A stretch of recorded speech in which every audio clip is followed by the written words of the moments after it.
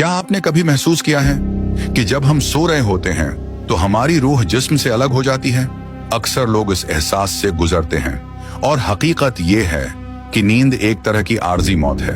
इस्लामी तालीमात के मुताबिक अल्लाह ताली इस वक्त रूह को कब्ज फरमा लेते हैं और वो रूह जिस्म में वापस उसी वक्त आती है जब अल्लाह चाहें। लेकिन क्या आपने कभी सोचा ये रूह जाती कहाँ है? कुछ उलमा के मुताबिक ये रूह एक मुराकबती हालत में जिस्म से अलग होकर अल्लाह की हिफाजत में होती है। ये आजाद नहीं होती बल्कि एक हद में रहती है, मगर इसी दौरान कुछ प्रासरार कुव्वतें जैसे जन्नात या शैतान कभी कभी उस रूह को भटकाने की कोशिश करते हैं। यही वो लम्हे होते हैं जब ख्वाब हमें खौफनाक मनाजिर दिखाते हैं या जब हम अचानक झटके से जाग जाते हैं। अगर जिन या शैतान उसको भटका लें और रूह रास्ता भटक जाए तो इंसान मर जाता है।